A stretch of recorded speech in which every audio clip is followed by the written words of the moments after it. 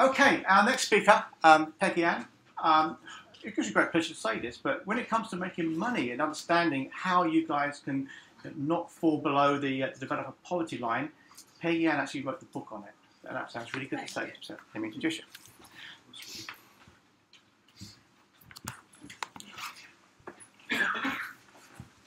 Thank you. And actually, it's not an exaggeration because this is the book I wrote in partnership with InMobi. It's called Apponomics. It's free to download. This is an old school paper version, just to show you that it's the real thing. This is not one of those ebooks you downloaded. It's 12 pages. This is 330 pages long.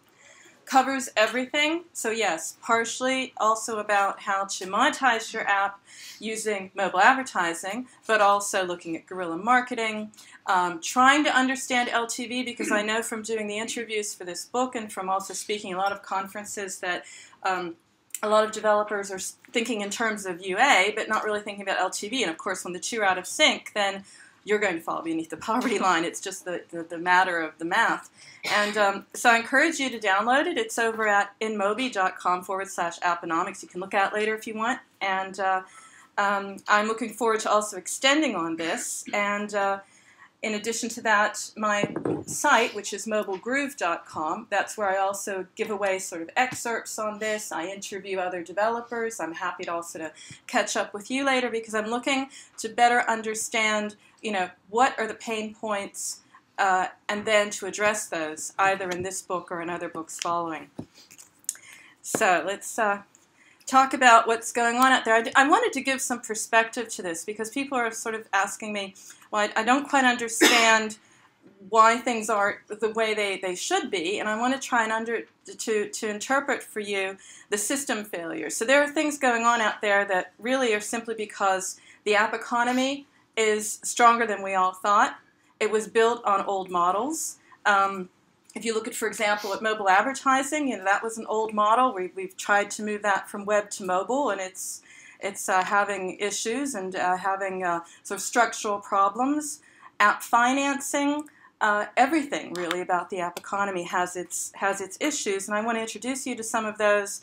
And I've also purposely, hopefully, left some space at the end where we can take some questions.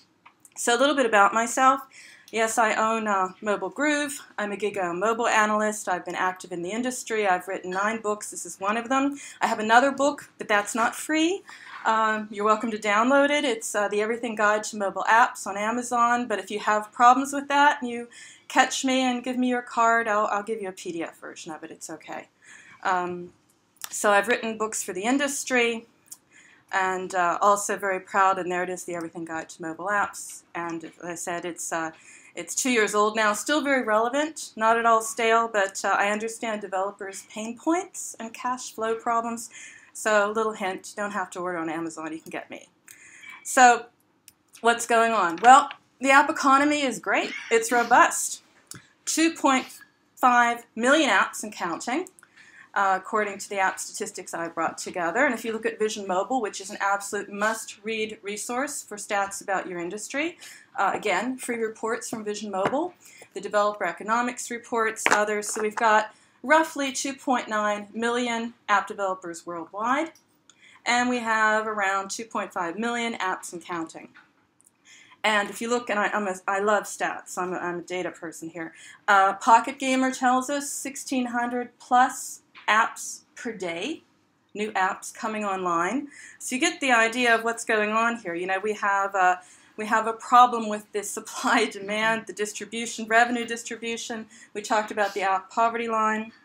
Interesting stat also from Vision Mobile that I like, showing you how distribution is heavily skewed to the big players, not in favor of indies, which is why I've done this presentation to show you how you can take advantage of various mechanisms out there that I see as being the great equalizer, the great way to level the playing field, as it were. So revenue distribution skewed heavily in favor of the big players, with 1.6% of developers making more than the other 98.4% combined.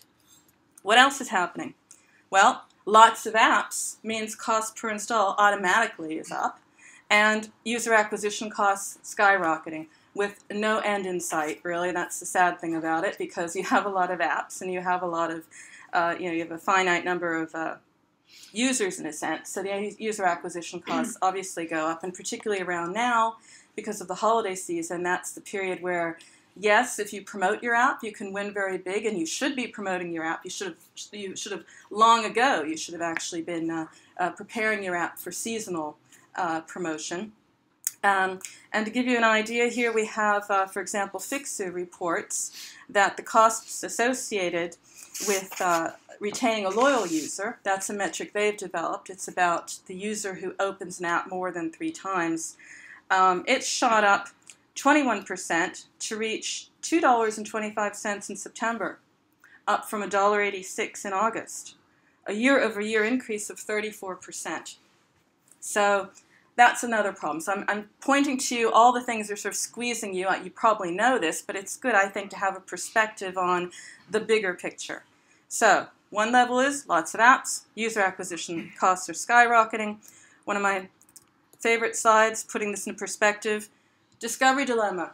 It's there. It's going to be there for a long time to come, which is why you have to look at other alternatives than, of course, trying to be found. Now, ASO, absolutely a must, and it pays really to work with your keywords. I have case studies both in this book and over at Mobile Groove, where I've talked to companies about what they've been able to do by tweaking things like the app icon, just the design of the app icon, literally speaking with Tango, and they changed the app icon from, it was a racing app, changed it from a blue car to a red car. A little bit of a different twist on it, a little bit of a different show in the icon, a little bit more action feel to it. Increased, don't quote me now because I just did this recently, I think it was 21%, it was in the 20s of acquisition just on the basis of that. And I have other notes. There's a company, SoundCloud, working really well. You should read up on that. The blog talks about what you can do and achieve just by paying real close attention to your keywords as well. So obviously it's getting harder to get found. And these are some numbers from Zio. They're also in the book here, showing that the imbalance is roughly 5% of apps account for 92% of downloads in 2013. And then Zio, that works with keywords and works with discovery and is also partnering with, unfortunately, not the major app stores, but the likes of mobile operators, through working into the long tail, it's been able to actually surface quite a lot more apps. But again, that technology to expose the long tail isn't what you would call standard in the industry. So obviously, as I said, you're getting squeezed. You're between a rock and a hard place.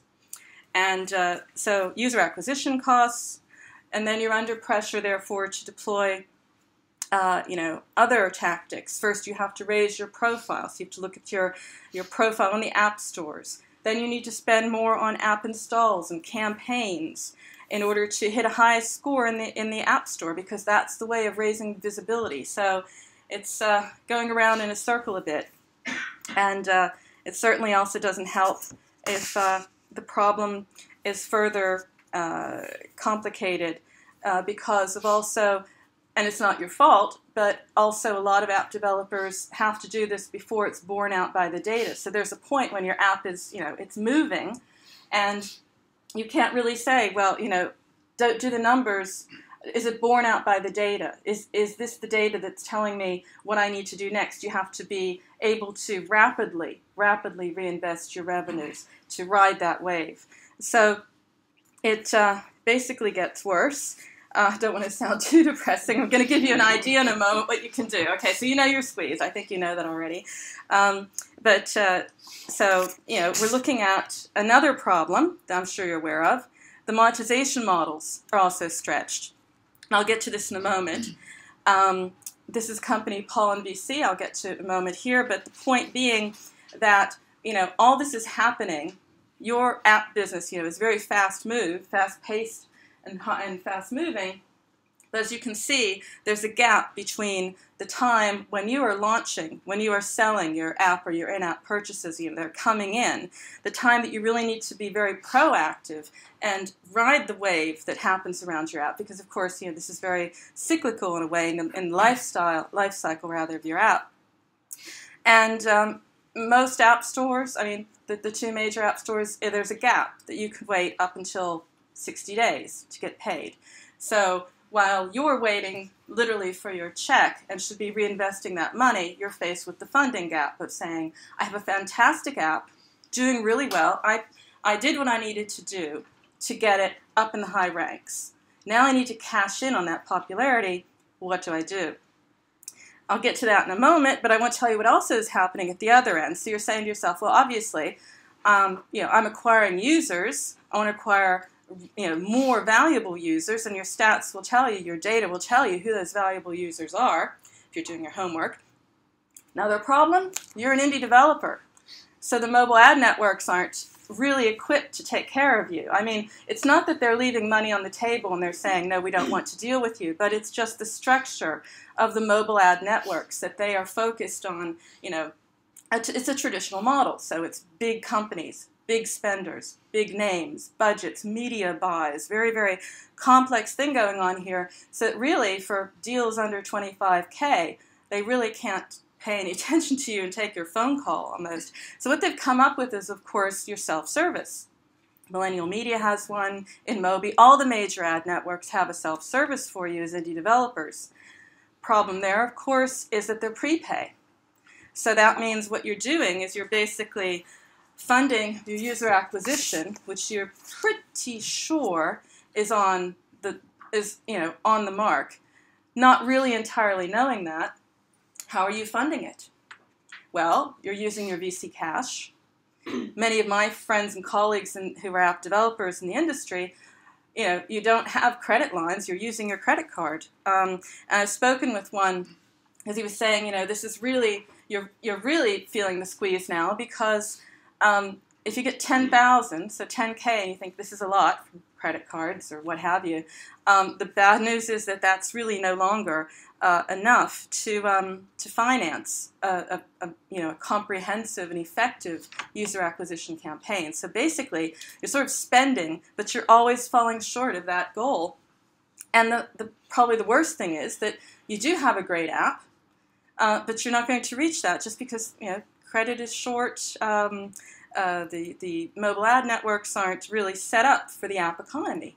We need something else. So you get to the point where it's the question, how do I ride the wave, or am I going to join the heat? Because, it's just had some stats for this about the system failure. So 95% of your revenue. Well, forget that. That's not a proven stat. I'll check that later. But the point being that, they're passing on you, and so what you have is you have the funding gap. And the funding gap is saying, I have a great app, I have good data, tells me what's going on, I want to fund user acquisition, I need to have my revenues out of the App Store now, not in 60 days, in order to maintain this momentum and build on it. So as I mentioned before, a company that's come to my attention, Pawn VC, I see this as a very interesting company closing the gap here, because what they're doing is through technology, plugging into the App Store, then plugging into your sales, which is what, you've done it before with Flurry or others. They're getting your stats as well. So they're plugging in and able to see, yes, you've made a sale, and able to verify this in such a way that it's very clear with them. So what they're doing is they're able to give you as an app developer 95% of your revenues every 7 days. So you're not waiting the 60 days. And what they do, of course, is collect their payment directly from the App Store. So what it is, and I want to stress that it's not a payday lending scheme here, because some people said, oh, it's a payday lending scheme. It's like, no, it's much more than that, because you have your money, you have your cash flow, but I think what's also very important is that the company is moving to also help you understand user acquisition. So there's advising, consulting, some thought leadership that goes in there. And as well, if you're putting it back into user acquisition, funneling it back into the ad networks, you get 100% of your revenues. And I want to show you a video, if it's going to work, that explains it a bit better than I do, of course. And I wanted to share this with you because I think it sums it up really well. Welcome to Pollen. At Pollen, we've created a new way to help you. How do I turn it down? Sorry. Oh, at the top. All right. I was going to join. I'm joining I'm leaving the dark side and joining you in the new year. I'm going to have an apple. Is this the one? Yes. This is the one. Is that the one? I am doing it seriously. My husband's on me. He said, "Get away from that PC." So I'm doing it. Are we good? Oh, we've got stereo. Okay. So get back to it. And welcome to Pollen. Yeah, there we go. At Pollen, we've created a new way to help you launch and grow your app business faster and more profitably than ever before. We call it Velocity Capital. When your app is launched, you're earning money from day one. But there's a delay before you get paid. Sometimes 60 days or more. If you want to acquire more users, your advertising spend is most likely funded by your credit cards, your investors' money, or internal budgets within your organization. Imagine if you could unlock your App Store revenue quicker. With Pollen, yesterday's sales can fund today's promotions in a seamless way, avoiding card hassle and credit approvals. Pollen pays you cash for your sales every 7 days. We can even help you reinvest the cash directly to your favorite ad networks. Timely investment in quality paid promotion can help accelerate installs and increase the reach of your app or game far beyond traditional methods. That's why we call it Velocity Capital. So whether you're launching a new app or invigorating an old one, Pollen can help you drive sales and grow your app business. So I've also looked around at some other alternatives out there. I think that's very important for the funding gap, as we discussed. And some came to me and said, well, the app economy is evolving, it's changing, it's moving very quickly. And it's also reinvigorating some older models that I was also following and also cover in the book, where I have a chapter also about cross-promotion. So I'm a great fan of doing a lot to promote your app. So at one level, it's very important. User acquisition campaigns through mobile advertising, I consider that to be an absolute must. But it's a community of developers. Indie developers are community, a tight-knit community, and I think that is also something where we're going to see more of sort of cross-promotion come back as part of maybe perhaps a two-pronged strategy or two-pillar or what have you, where you're looking at what's dead sure, but you're also creating those relationships and those deals and barters amongst yourselves that will allow you also to sort of say, I have an app that's relevant to this app, I'm going to look at cross-promotion schemes. So I'm seeing cross-promotion making a sort of a comeback here. And I think that's also really important because the fundamental principle here is that you're exchanging value. And amongst yourselves, you can do that really well. And, there are some tips around it. I've written about it in the book. There's things like, making certain that there's absolutely a relevant match. That is critical here. There are a lot of cross-promotion networks and schemes out there that will sort of match apps, but they're not relevant, and that automatically depletes any value that you would have from this arrangement. It might even hurt your app and your reputation in the process because the apps aren't relevant. Some cross-promotion schemes also, unfortunately, only game apps, and I'm a great fan, actually, and a great believer in the long tail of app genres. I believe that edutainment, educational games, are going to be a very interesting niche to look at. And, well, what do you do there? So you have to look and make certain that where you are promoting your app in a cross-promotion network, that it's a varied network. And finally, I think it's also really important that you also pay attention to the conditions around that. Some cross-promotion networks say, well, we want a minimum of, say, 20,000 boot-ups in a certain period of time, and you obviously can't deliver that. So, what are you going to do about that? So I've been looking at that and looking around the industry as well, and I came across a company. I'm going to show you the video in a moment. I've also, at Mobile Groove and through my other work, I do a weekly show called the Mobile App Minute, which looks at trends in the industry, interesting companies, interesting developers in the new year. Because the show is doing so well, I'll actually be having guests, which may be one of yourselves as well, talk about this in very practical terms. How do you do what you do? How do you achieve what you achieve? And I've just done an interview there about this cross-promotion network, and I'd like to share that with you. And of course, you can also take a look when you look at the Mobile App Minute. So the company is called TapDAC, and I'm going to show you the video in a moment. What's interesting here, as you'll see in the video, I just let the video explain it. It explains it much better than I can, is that because it's virtual currency, you're not none of your own money is being spent in cross-promotion per se. And because it's very, very much focused on the developer, this is, I would probably say the only, I'll say cautiously the only, but definitely the only one of stature and meaning that I've found where you can connect with other app developers. I took this out for sort of a road test. I took the dashboard out on a road test, and I thought, this is amazing, because not only can I set up my campaign and do everything you would expect from such a service, but I can connect with app developers in sort of my app promotion, cross-promotion ecosystem, as it were.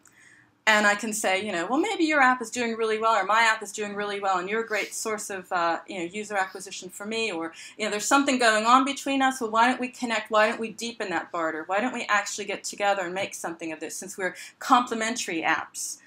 Maybe even bundle. We're in the same sphere. We can bundle our strengths. And the other thing I really like about this, and I encourage you to check it out, is if you don't see app developers in there with you, you can invite them in. So I love the community aspect of this, because, as I said, as indie developers, there's strength in numbers. What can I say? So listen to the video. Currently, 25 developers and half of the revenue generated in the App Store. That 50% comes out to roughly $60 million per month. Wow, that's a lot of cash for just 25 companies. Where does the rest go? The other half is divided amongst 350,000 other developers. Their slices of the pie come out to $170 each per month.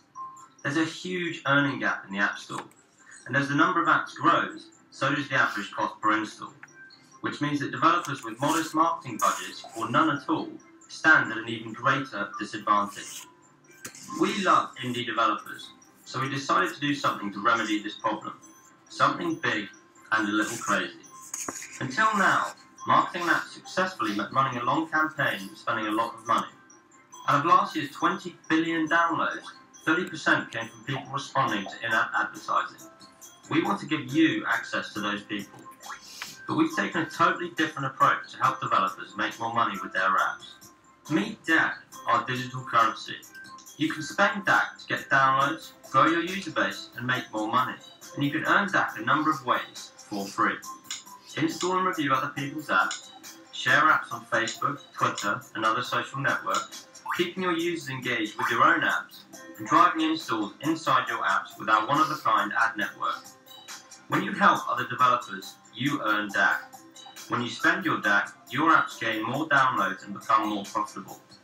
That's the beauty of TapDAC, a community of smart developers helping each other and leveraging one another's users. The more active you are in the community, the more DAC you'll have to spend on your own success. The more DAC you earn, the less real money you'll spend. The real money stays in your pocket. We invite you to join us on this adventure. Go to tapdac.com to get started. Thank you. So I'm looking at this from a couple of different perspectives. I've told you about how you can rapidly reinvest your revenues in user acquisition, as you must, as you should. because there's a window of opportunity, not to be cliche, but there's a certain period of time where it really pays to focus on user acquisition.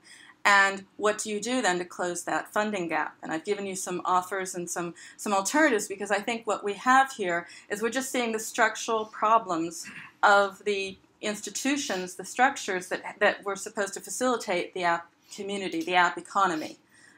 It was a great idea, but if you're an indie developer, you simply can't wait for the app stores to pay out. And it's not just a payout problem. It's not that it's just taking a long time. It's just that the structures aren't there. I mean, it's the same as when I think of it in my own business. If you don't have a PDF of an invoice or some sort of paper thing for the bank to deal with, they just can't relate to it.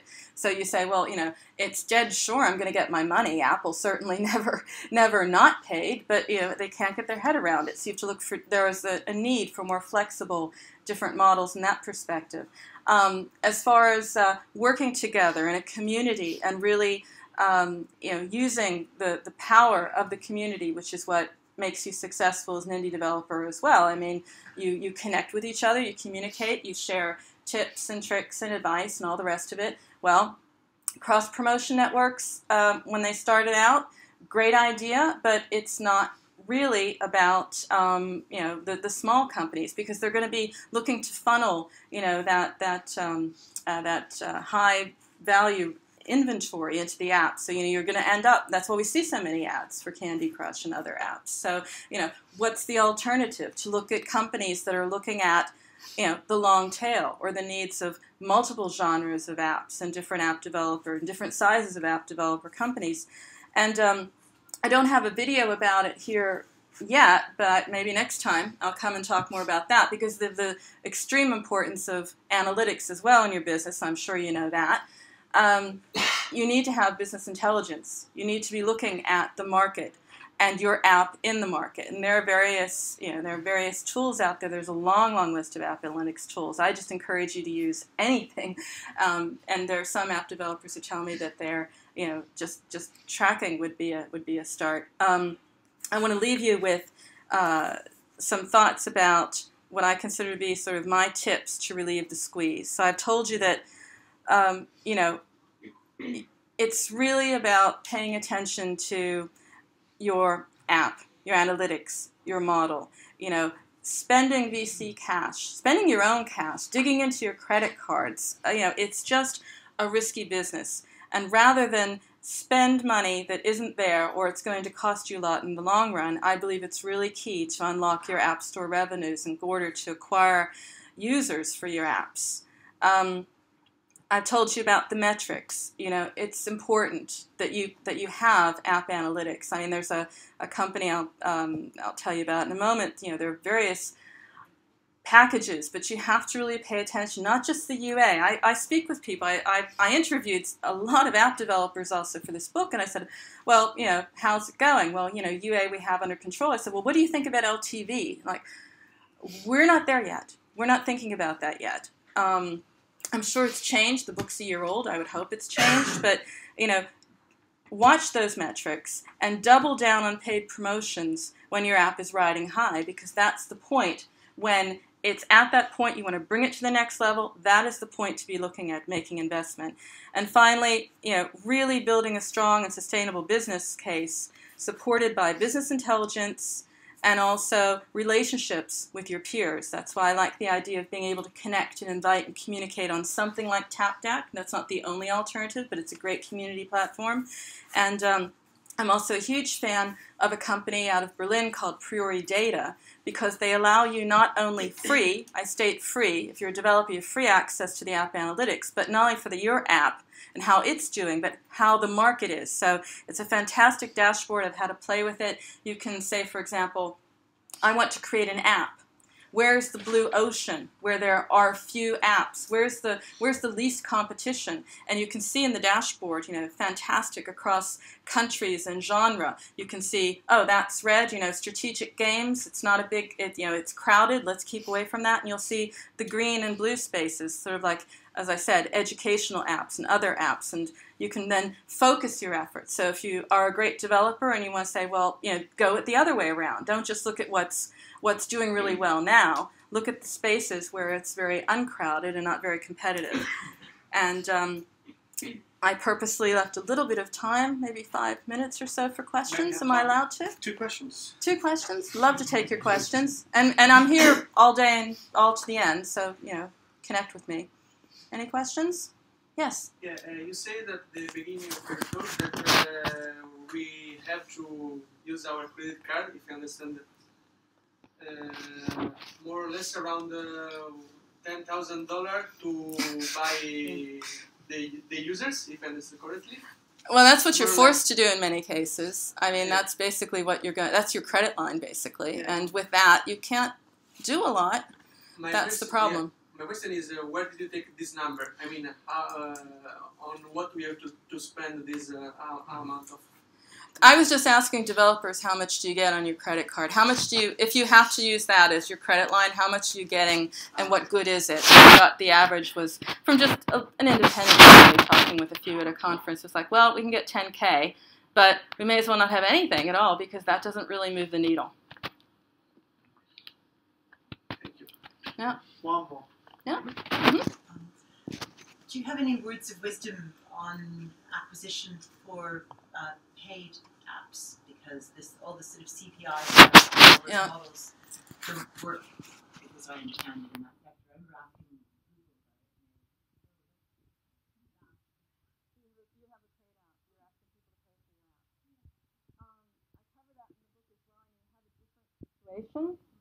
I'll give you the good news first. Because I've looked at research out of MIT, which is really interesting. It's also here in the book, but I can hand it out later. This is well, I live in data and information. I just thrive on it. So the MIT research, which is fascinating, says that if you have a utility app, you don't have to work as much in the iterations. So the good news is you do one thing and you do it really, really well. So you don't spend the money that, for example, a games developer is going to, doing all the iterations, all the testing, because you're focused on a utility, you're focused on something that you want people to pay for, right? So that's the good news. You're not going to work as hard. You're going to work hard at it, but you're not going to spend as much as a games developer on it. What you need to do there is very different. You need to build up your community first. That's really critical, because when you have a community willing to pay for the value you offer, that's going to help you take it to the next level where you can actually really tap into that community. You have them be your app advocates and have them sort of help you acquire users. That's really important, because for a paid app, you're offering value, and the only way I'm going to know about it is if people who are your advocates are telling me this is really worth paying for. And so that's a start. I'm happy to take it after the break as well to continue. And I think it's great. You're a woman making apps. Awesome. Excellent. I guess that's it then. Yep. 2 questions. Oh, well, okay. You stayed for it. I'll take your question. So I guess I'm in the company. I guess one of the strategies is to go global, compete with the big ones. I guess I think another strategy could be to sort of focus on, 1 country, 2 countries, markets that are not, as developed yet. Yes. Do you have some insights on that? Like, are there examples where that happened successfully, or? There's a sort of a general rule of thumb that you want to look at 3 markets. 3 is always a good number, and you want to make certain that they're sort of small markets. It's very interesting. My colleague in Canada. Canada is a great test market because it's sort of like North America, but not America. I'm sorry, I'm from America. there are other countries out there besides the United States. Yeah. It's sort of like launching in the U.S., but not as expensive, and the tastes are very similar. So it's a great place to. Australia's another one. Fantastic place to sort of test and check. But no, 3 countries, and actually I have a couple things. You can check it out if you want to later. I have a cheat sheet, sort of like how much you need to spend. You have to think about $300 per country for a certain period of time, sort of working it up from a very low budget. But you really do want to look at 3, and then of course test. Wait till you have statistically significant audience, of course, but then test, retest, implement, learn, and keep that A/B testing going. All right? I have a feeling you're going to be very popular in the break. I would love to be. I'm happy to do that. Now, please do come up and connect. Thank you. So thank you very much. Thank you.